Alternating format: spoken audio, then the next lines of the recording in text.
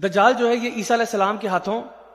مر جائے گا، ٹھیک ہے، اس کو کوئی انسان نہیں مار سکتا، اس لیے میں یہ کہا گیا کہ اگر تم اس دور میں زندہ بھی ہو وہاں سے فرار ہو جاؤ، یعنی تمہیں دجال کو فیس کرنے کی ضرورت نہیں ہے، رن دی ادر وے، اور اپنی فیملی کو بھی پروٹیکٹ کرو اور بچاؤ۔ تو دجال جو ہے وہ عیسیٰ علیہ السلام کے ہاتھوں مرے گا۔ کس طرح مرے گا؟ دمشق میں، دمشق میں ایک مسجد ہے جس کا سفید مینار ہوگا، اس کے پاس صبح فجر کی نماز کے ٹائم پہ امام مہدی پہلے ہی موجود ہوں گے، عیسیٰ علیہ السلام وہاں نازل ہوں گے فجر۔ اب امیجن کریں، یعنی دجال کی فورسز کے ساتھ آلریڈی امام مہدی کا لشکر لڑ رہا ہے، دجال کی فورسز کے ساتھ آلریڈی امام مہدی کا لشکر لڑ رہا ہے، اور نبی نے فرمایا کہ یہ لشکر خراسان سے روانہ ہوگا، اور تمہیں اگر یعنی برف پر بھی رینگ کر جانا پڑے تو اس لشکر کو جوائن کر لینا، برف پہ رینگ کر بھی جانا پڑے تو اس کا حصہ بن جانا۔ اب یہ لشکر جو ہے یہ دمشق پہنچ گیا، اور جنگ جاری ہے دجالی قوتوں کے بیچ میں اور یہ امام مہدی کا جو پورا لشکر ہے۔ اس ٹائم پر جب وار اپنے پیک پہ ہے، دمشق میں وہ مسجد سفید مینار والی، اور وہ آج ایگزسٹ کرتی ہے، کچھ عرصہ پہلے تک نہیں تھی، اب ایگزسٹ کرتی ہے، اس مسجد کے سفید مینار کے پاس عیسیٰ علیہ السلام صبح فجر کے ٹائم پہ جب سارے نمازی، ابھی اقامت ہو رہی ہے، اقامت ہو چکی ہے بلکہ، تو دیکھتے ہیں آسمان سے دو فرشتے ہیں جن کے کندھوں پہ ہاتھ رکھے ہوئے ہیں، اور عیسیٰ علیہ السلام لینڈ ہو رہے ہیں، اور لوگوں کے سامنے عیسیٰ علیہ السلام وہاں پہ آتے ہیں، تو امام مہدی جو ہے وہ پیچھے ہٹ جاتے ہیں اور عیسیٰ علیہ السلام کو کہتے ہیں کہ آپ آئیں جماعت کرائیں، تو عیسیٰ علیہ السلام کہتے ہیں نہیں، آپ کے لیے اقامت آپ کے لیے ہوئی ہے، آپ ہی جماعت کرائیں، میں نبی کا امتی بن کے آیا ہوں، نیا نبی بن کے نہیں آیا، میں نیا نبی نہیں آیا، کوئی نئی شریعت بھی نہیں آئی، میں اسی نبی کا امتی بن کے اس دفعہ آیا ہوں۔ تو امام مہدی جو ہے وہ نماز کو لیڈ کریں گے اور عیسیٰ علیہ السلام پیچھے نماز پڑھیں گے۔ نماز پڑھنے کے بعد کیا ہوگا؟ نمازی جو ہے وہ عیسیٰ علیہ السلام، اب امیجن کریں ذرا، سارے نمازی وہاں پہ ہیں، عیسیٰ علیہ السلام نمازیوں کے بیچ میں، تو سارے نمازی جو ہے نا عیسیٰ علیہ السلام کے پاس جائیں گے ملنے کے لیے، تو عیسیٰ علیہ السلام ان لوگوں سے ملیں گے، ان کے چہرے پہ ہاتھ پھیریں گے، ہر ایک نمازی کے نا چہرے پہ ہاتھ پھیریں گے، اور اس کو اس کا جنت میں مقام بتائیں گے کہ تیرا مقام جنت میں یہاں پہ، تیرا مقام جنت میں یہاں پہ، تیرا مقام جنت میں یہاں پہ۔ اللہ اکبر، امیجن کریں اس بندے کو جس نے اس دن فجر کی نماز مس کی ہوگی۔ جب آپ لوگ، اللہ تعالیٰ ہم سب کو ان میں سے بنائے جنہوں نے فجر کی نماز اس دن پڑھی ہوگی اور عیسیٰ علیہ السلام کا دیدار بھی ہوا ہوگا۔ اب ہم واپس اپنے کمرے میں جا رہے ہیں تو وہاں پہ ہمارا ایک دوست ہے، آپ کہتے ہیں یار جگر تجھے پتہ نہیں آج کیا ہوا؟ کہتے کیا ہوا یار، کیا ہوا؟ اب آنکھیں مر رہا ہے، یار عیسیٰ علیہ السلام نازل ہو گئے تھے اور انہوں نے میرے چہرے پہ ہاتھ پھیرا اور مجھے جنت کی بشارت دے دی کہ میرا جنت میں گھر کہاں ہوگا۔ کہتے ہو یار اصل میں وہ الارم ہی نہیں بجا یار،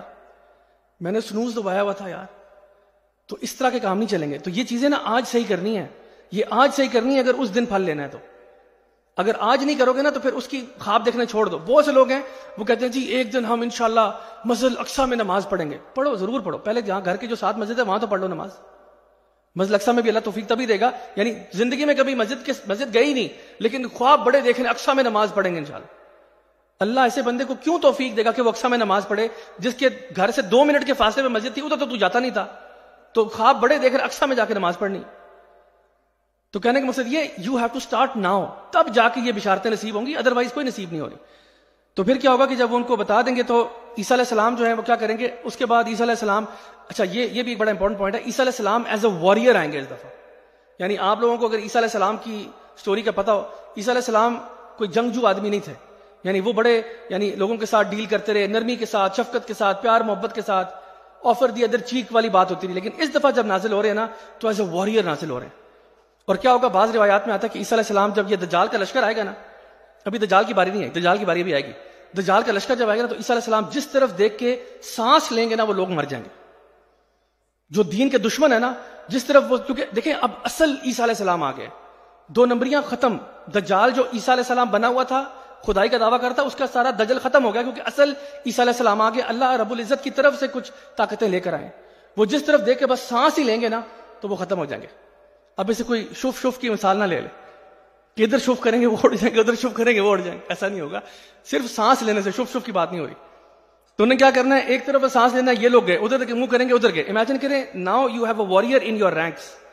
کیونکہ یہ سارے مجاہدین ہی ہوں گے، ان کے بیچ میں عیسیٰ علیہ السلام آ گئے۔ امیجن وہ جو بلیورز ہیں وہ کتنے امپاورڈ ہو گئے۔ پھر عیسیٰ علیہ السلام ایک اسپیئر اٹھائیں گے اور کہیں گے دجال کا رستہ دکھاؤ وہ کدھر ہے، اور جیسے ہی وہ دجال کو دیکھیں گے نا تو دجال فرار ہو جائے گا وہاں سے، کیونکہ اس کو پتا چل گیا کہ میرا سارا دجل، میرا سارا فریب ختم، اور دجال پگھلنا شروع ہو جائے گا۔ عیسیٰ علیہ السلام اس کو چیس کریں گے، وہ آلریڈی اس کی جسم پگھل رہا ہے، اور پھر عیسیٰ علیہ السلام وہ اسپیئر لے کے اس کو ماریں گے تو اس کو سارا خون آلود ہو جائے گا، اور آپ وہ اسپیئر اٹھائیں گے تو سب لوگوں کو نظر آئے گا کہ دجال کا خون اس پہ لگا ہوا ہے. اور بعض علماء نے اس کی حکمت یہ بتائی واللہ عالم کہ اگر وہ مثال کے طور پہ دجال وہاں سے ان کو دیکھتے ہی غائب ہو جاتا یا ہوا میں اڑ جاتا تو لوگ کہتے جی ہمارے تو ولی اتنے بڑے تھے وہ پتہ نہیں کہیں ٹائم ٹریول کر گئے, وہ تو جو ہے نا کسی اور جگہ پہ چلے گئے. تو وہ دکھانا ضروری تھا کہ یہ مر گیا ہے, تاکہ کیونکہ اللہ تعالیٰ کو تو نعوذ باللہ کوئی مار ہی نہیں سکتا. جو خدائی کا دعویٰ کرتا وہ کیسے, اس کا خون کیسے لگا ہوا اس کے اوپر. تو یہ چیز وہ ثابت کر دیں گے and he will break the cross and he will kill the swine. And پھر اس کے بعد جو ہے وہ عیسیٰ علیہ السلام وہاں پہ اپنے جو بلیورز کے ساتھ جو ہے وہ وہاں پہ موو کریں گے, اور جتنے بھی لوگ وہاں موجود ہوں گے وہ اس ٹائم پہ اسلام قبول کر لیں گے. تو یہ اس کی فائنل آپ کہہ لیں کہ انٹرپریٹیشن ہے کہ اینڈ میں جا کے جو یہ ہے جو ہے نا معاملات کیا ہوں گے. اس کے بعد یاجوج ماجوج کا ظہور ہے آل دیٹ, لیکن انشاءاللہ that is another story for another time. تو انشاءاللہ آج کی بات کا کیا خلاصہ یہ ہے کہ my dear brothers and sisters, اس فتنے کے آنے سے پہلے ہی اپنے آپ کو پریپیئر کر لو. یہ جو میں نے آپ کو 4 فتن آپ کے سامنے آج بتائے ہیں, ایمان کا فتنہ, مال کا فتنہ, نالج کا فتنہ, طاقت کا فتنہ, ان ساروں کے اوپر آج ہم نے کام کرنا ہے. آج کام کریں گے, آج سورۃ الکہف پڑھیں گے, روزانہ کم از کم 10 آیات جو ہیں وہ تلاوت کیا کریں, خاص طور پہ جمعے کے دن تو کبھی بھی آپ نے مس نہیں کرنا سورۃ الکہف. اور اللہ کا وعدہ ہے کہ اللہ تعالیٰ آپ کو ہدایت پہ رکھے گا اور آپ کے لیے ہر جمعے سے لے کے دوسرے جمعے تک اللہ تعالیٰ ایک نور پیدا کر دے گا تاکہ آپ ہمیشہ رائٹ گائیڈنس پہ رہیں. اللہ تعالیٰ ہمیشہ ہمیں اپنے حفظ و امان میں رکھے اور ہمیں ہر قسم کے فتن سے محفوظ رکھے, اندرونی بیرونی جو بھی قسم کے فتنے, اللہ تعالیٰ ہم سب کو بچا کے رکھے. بارک اللہ فیکم والسلام علیکم ورحمۃ اللہ وبرکاتہ.